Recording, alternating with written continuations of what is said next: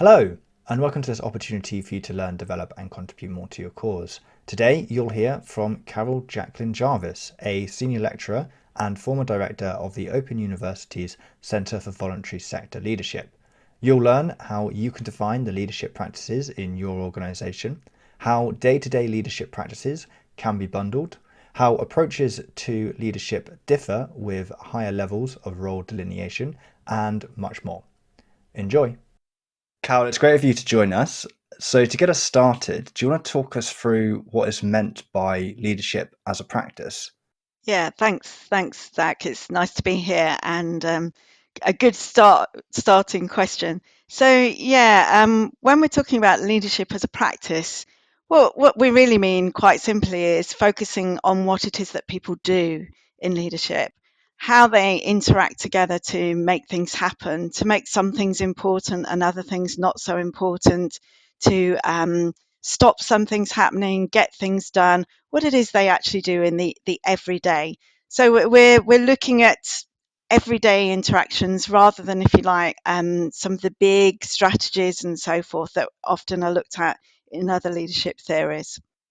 And how does this perspective differ from other leadership perspectives? I'm thinking around the individualistic, the heroic type leadership models.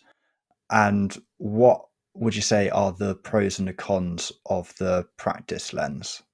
I think it gives us an opportunity to not just focus on, if you like, the superheroes of leadership. So often, when we look traditionally at the kind of skills and attributes that individual leaders need to have, it is, as you say, it's very individually focused, that kind of theory. It has huge value, of course, it's really important. But this gives us an alternative of kind of looking away from the individual and also not laying so many expectations on individuals, perhaps, that they have to be absolutely everything and be able to do everything to make things happen. And instead, we kind of go right down to the micro level and look at every day. And it kind of makes you aware that it's not just the people with the top jobs that make things happen. Often it's what happens. Well, we used to say around the photocopier, but perhaps we should say now on the Zoom call, but it is those kind of everyday interactions where people move things forward or don't move things forward or make something really important by the attention they give to it and the way they interact together, or don't give attention. And so it it just, I think it sits alongside those other theories. Those other theories are still really, really important, of course, but they just focuses our attention somewhere else. And I often discuss it and talk to students and so forth as being like wearing a different pair of glasses. I've got my reading glasses with me here, and I can see something different if I put my reading glasses on than without them, thank goodness, otherwise I wouldn't get far. I think that's also true when you're looking at this different theoretical approach of leadership as a practice. It's like putting on a different pair of glasses and saying, I'm going to look in a slightly different direction and I'm going to learn something about day to day. What is it we do and we do together and the way we interact together that moves some things forward and not others, that gets things done, that we often use a phrase at the Open University where I work, that makes things happen, which is a phrase used by one of my colleagues to explain leadership in a very straightforward way. So, what is it we do that makes things happen? We're so used to seeing leadership as a top of the hierarchy approach and about delegation, whereas actually there it's nice, I think, to recognize that day-to-day decisions can be leadership and is leadership. And you've spoken in your previous work about bundling practices of leadership together. Could you give us an example of this and tell us why it's useful to bundle leadership practices? Yeah, absolutely. So I should say, first of all, that the idea of bundles of leadership practices is not mine. I'm drawing on other leadership theorists, but I'm particularly interested in applying that to the charity and not-for-profit sector. And in one of my papers, which I co-authored with, just name my co-author, James Rees, who's at the University of Wolverhampton, a good colleague of mine, And we explore there an individual case study. So we look in really great detail at an individual case study. And what we did there is, and I did the original research, we went right down and looked at these kind of everyday. What is it they do on every day, as I say, that makes some things happen and others not? And then that gives you kind of a list of quite a lot of activities. And then you look to see, can we bundle those together? And in that paper, we talk about three bundles of organizing, engaging, and accounting. And you can see even from the names that one of them, the engaging one, is about working with people, and the accounting one is about kind of telling other people what you've done and legitimizing what you've done, and speaking to funders and so forth. And the organizing one is more about actually the everyday tasks of how do we create an event, how do we create a public profile, those kind of sort of organizing things. And what we argue in that paper is that actually what leadership looks like in that organization is continually moving between the organizing, engaging, and accounting bundles of activities. It's not just one of them, but actually it's how people interact together to get all three moving along, sometimes focusing on one, sometimes on another, sometimes having to balance between all three. What's interesting is that those bundles. My research is ongoing, so I'll speak to you again in a few years' time. But my belief is that those bundles are particularly relevant to a particular kind of an organisation at a particular stage. That was a small grassroots organisation, and we're looking at some other types of organisations in slightly different contexts to see, do the bundles look similar, or do they look different? It's nice that it reflects the movement between different tasks. And I think as an organization, that recognition that at different stages, whether it is at different stages of the day, of the week, of the month, of the year, you're going to be doing different things and your priorities are going to switch. And being able to recognize the key bundles of leadership in advance and knowing perhaps, okay, so as a person, I know that these are areas of skills which are going to be important, and I know where I can add value. I know where other people can add value across these bundles, uh, and it in a way helps with, as you alluded to, those smaller organizations where the wearing of hats is, well, there are multiple hats to wear at any given time. Uh, so it's really useful to understand that. I wonder whether the theory could also be applied in larger organizations, not necessarily larger, but organizations where hierarchies are more rigid and hats are more clearly defined, I suppose we should say. What are your thoughts on the bundling within an organization such as that? You gave me some of these questions to reflect on, and I before we started the recording, and I found this really interesting. First, I find it really interesting that you kind of challenging me and asking me about how useful this really is in practice. And I think that's, as a university researcher, we don't always get asked, amazingly, we don't always get asked those kind of questions.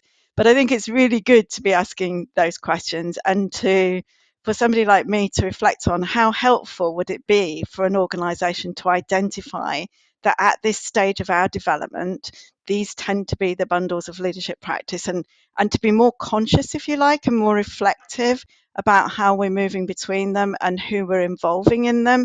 So probably if you've got three bundles, should everybody be involved in all the bundles of leadership practice? Is probably, something you might want to just step back a little bit from the day to day and ask those kind of questions. So I think that's the kind of thing that identifying the bundles allows you to do. The question about hierarchy is also, thank you, also a really, really interesting one. My research tends to focus on smaller organisations, and certainly the paper I referred to was an organisation that was really just coming into being, and very much sort of, I mean, they had no staff; they were all volunteers. But we all know that many small charitable organisations have maybe, a part-time staff member or so forth. And as you say, that multiple hat wearing is a very well-known phenomenon in practice, and is written about as well in academic papers. And then when you look at bigger organizations, that they perhaps do, or they're not always bigger, but as you say, some organizations are much more hierarchical. The roles and the responsibilities are much more delineated. Now, I haven't done any work about identifying bundles in that circumstance, but I think it would be really interesting. I can't see any reason you wouldn't. And there are certainly papers that use the idea of leadership as a practice, that kind of idea, and apply it to more hierarchical organizations. So you would still be able to do the work. I mean, basically the work is to observe, um, ideally over a significant period of time, and to sort of have a notation system to actually identify all that activity, and then to bundle back up and to think about who's involved in which activities, and probably unbundle and rebundle a few times. Certainly in my work, I do that a number of times. I think what you would uncover is, you'd want to talk, and I think maybe in anything, when you're thinking about this approach of leadership as a practice, you also want to think about how context matters as well. So when I write a paper about a very small organisation, I take quite a long time to share with my readers the detail of that organisation as much as I can in a relatively short paper, because I think context really, really matters, and structures and power arrangements do matter. So I think you'd want to uncover what are these practices, and then what are the bundles of practices, and how is context influencing them, and how is context influencing who is involved in those practices. And around that, I think you would look at structure and power relationships and who holds resources and so on. And that would look different in either a larger organization or a more hierarchical organization than the one I write about in the paper we've been talking about. Yeah, my intuition would be that even with hierarchies, I think that bundles of practice would emerge. I think if you sat and observed, you would see the typical practices that people are engaged in.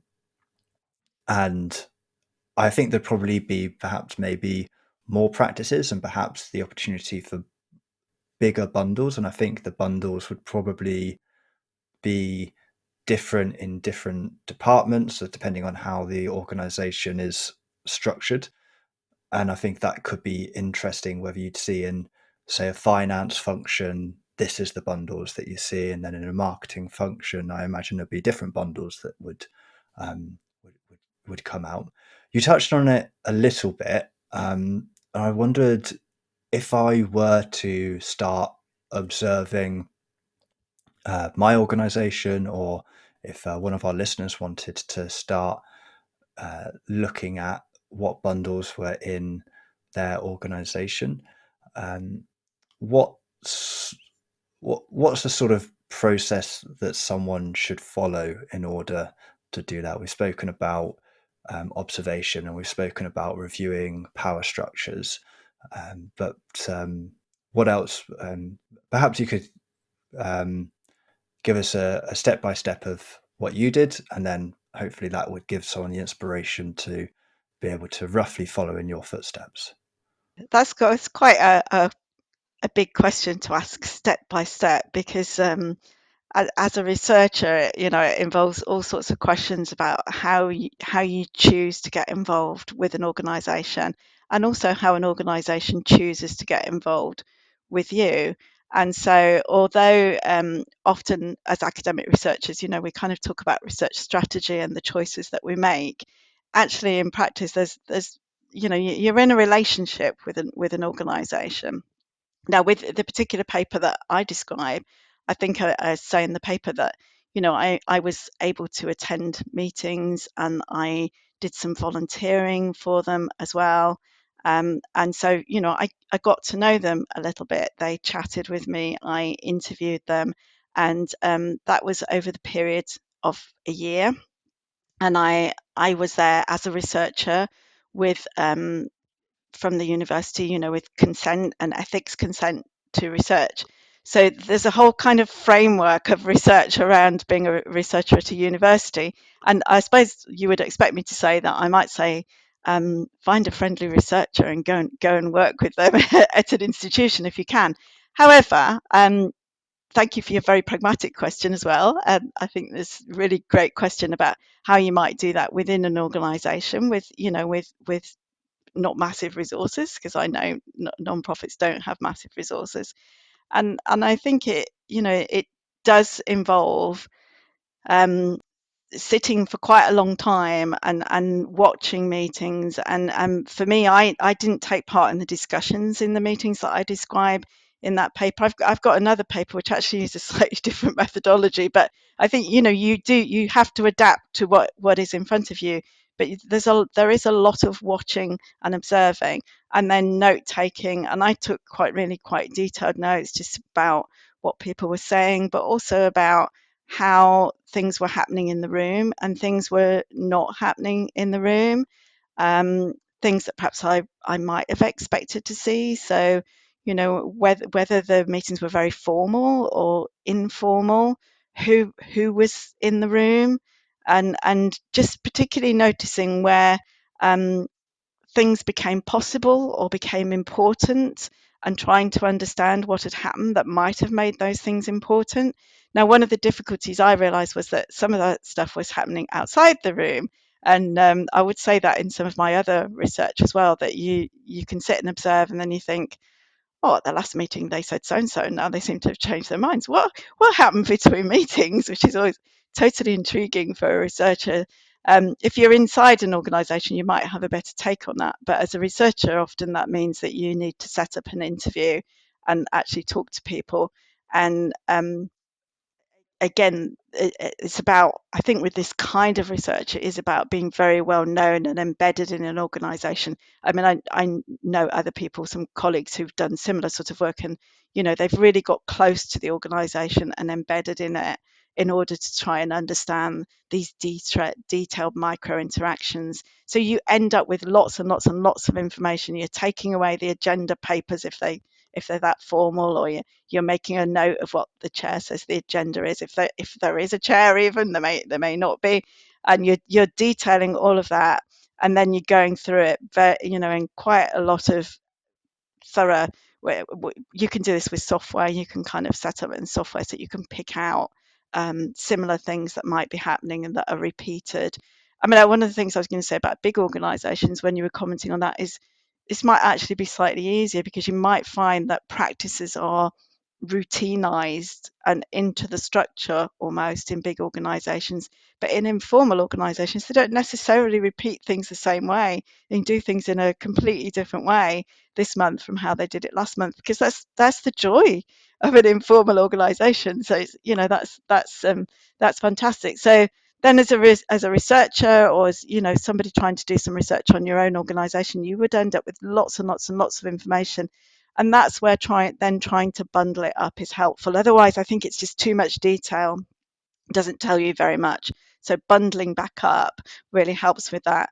What I would say, I think it's really useful at that point, if you've got quite a lot of notes, and you've kind of come with some headings and discuss them with two or three other people. So a co-author or a co-researcher, or somebody in the organization you can work on that with, is really useful. But it's the bundling up's definitely the tricky bit of this.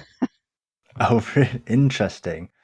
I imagine as well, if you were to do this, there would be an interesting conversation with everyone in the charity,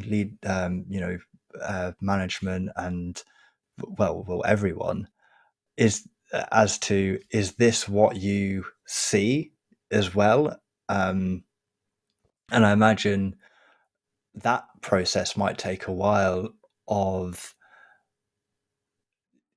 agreeing, okay, actually these are our bundles, And I imagine as well, as we were talking earlier about the, perhaps maybe alluded to, the more fluidity of a smaller, more informal organization, not necessarily smaller, but certainly informal organization, that those bundles might change over time. You might even consider having an annual review of, okay, these are our bundles last year. Do we still think that that reflects what we do this year? Should we review these? I don't know whether what your thoughts are on that or.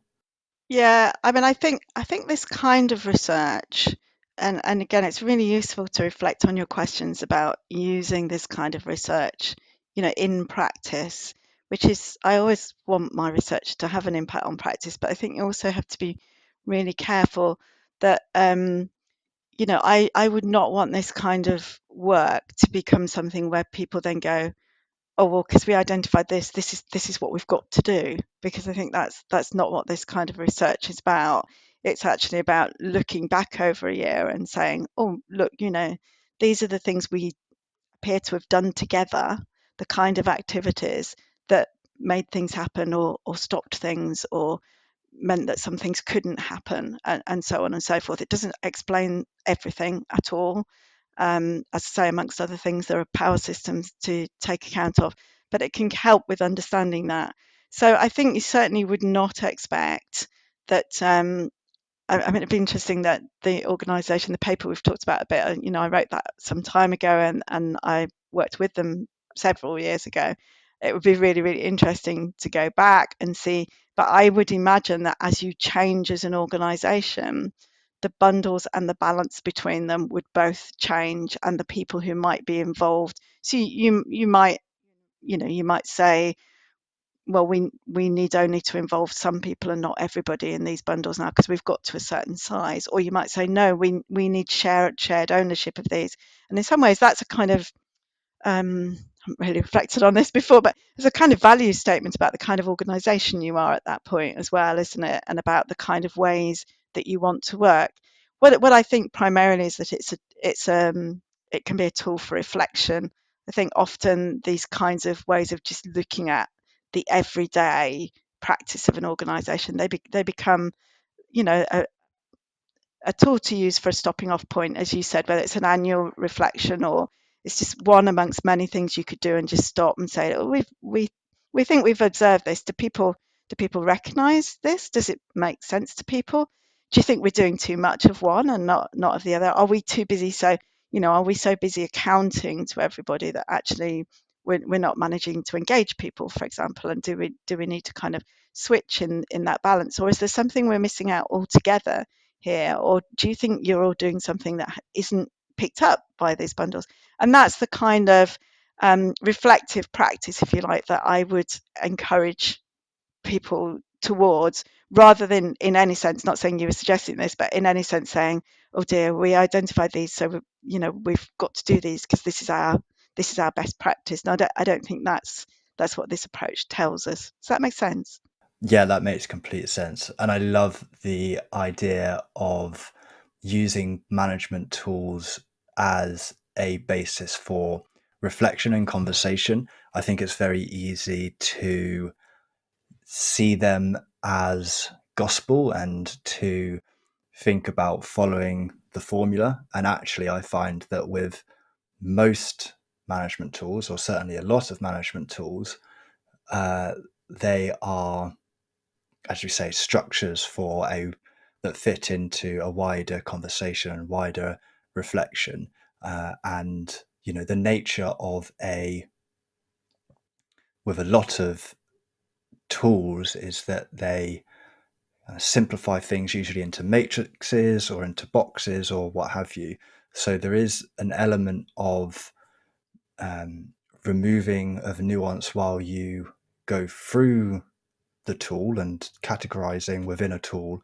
And then it's incumbent on you as a team to then fill that nuance back in with your reflective practice and with your conversations around the tool. And to remember that it is just a management tool and it's not, as we say, gospel. I very much agree with you. I mean, I came into business studies because I was actually working for a local authority, but I'd been working in a lot of charities, and I wanted some more management tools. Hadn't really had any training, and absolutely sort of, when you first see some of the matrices and so forth, it's very easy, I think, as a practitioner to think, oh, but it doesn't represent my complexity, and they don't. But if they can be useful in distilling something that you can recognize, so you can now recognize, or even you can say, no, that's wrong. It gives you something to argue against. In some ways, if it's the start of a conversation and enables you to stop and reflect, then I think that's absolutely great. Not everybody uses those tools in the same sort of way, but from my point of view, and I think for particularly for smaller non-profits who can't buy perhaps expensive advice, um, some of these, just to use some of these tools and to do that kind of reflective work is great. I mean, I should say, um, our Centre for Voluntary Sector Leadership at the Open University. I'm not here to advertise that, but one of the things we try to do is to put up a number of resources that are free. We can't do that all the time, but we have a number of open access resources, simply so that smaller organisations can sort of see some of this and use it exactly as we've described, as points of reflection, and to help them stop for a bit, and and to yeah, just reflect, and to have good conversations with their colleagues around some of these issues. Yeah, no, great. I'm all for signposting to free resources. So, where should people go if they wanted to get that? And we'll put a link in the description. Yeah, you can go either to the website of the Centre for Voluntary Sector Leadership at the Open University, or we have some free courses on the open access learning portal at the Open University, which is called Open Learn, where in fact you will find thousands and thousands of open access courses. They've got the courses for that link. If you've ever heard at the end of BBC programs, they send you off to the Open University free resources. Well, we have just a tiny little package within that resource. So I can certainly make sure you have those links to put underneath this recording. Perfect. Thank you, Karen. We'll make sure they're there. And just to close us out, if someone was listening to this and they've just heard of leadership as a practice, and they want to get started to get an idea, what would be your key recommendations, your key takeaways for people from this discussion? I think my takeaway probably is the sort of the image of putting on the glasses, and just to take a little bit of time, put on the glasses and look at leadership a little bit differently. And instead of, perhaps as we've tended to do historically, look at great people who can do fantastic things, individual skills and so forth, actually just take a look at the group of people together and ask, what is it we do together that makes things happen? Who really influences that? And to try and recognize that sometimes it isn't the people with position at all, but actually it's other things going on, and in our social interactions in the everyday, that make things happen or don't make things happen. And I think that's that's just a first step to just to reflect on that. Also, really happy for people to email in as well. So I'm happy to sort of leave an email link as well if people want to contact us and have a little bit of conversation about it. As I say, these ideas are certainly not mine. I'm just interested in applying it to the charity sector particularly. Brilliant. I think that's an excellent takeaway. And thank you so much for offering for people to email you. We'll pop that link in the description.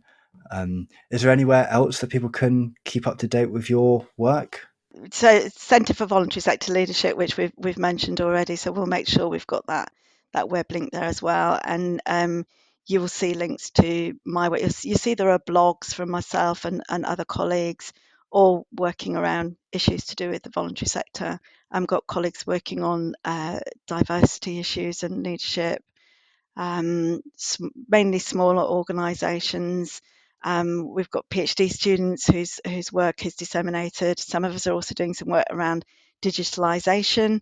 So if you go to, we've already said we'll put that link there, and you'll be able to follow that link to the blogs and so forth if that's useful, and we'll make sure there are some email addresses as well. Perfect. I've really enjoyed this conversation. I think that everyone listening will also enjoy it. And I thank you so much for your time, Carol. You're welcome. And I thank everyone for tuning in, and I hope to see you all next time. Thank you. Hello, me again. Your homework for this episode is to make a list of what you think the leadership practices are in your organisation. Then discuss your list with a colleague. Do they agree? What would they add? What would they take away? And do any clear bundles of leadership emerge from your combined list? Don't forget to like and subscribe wherever you get your podcasts, and I hope to see you next time.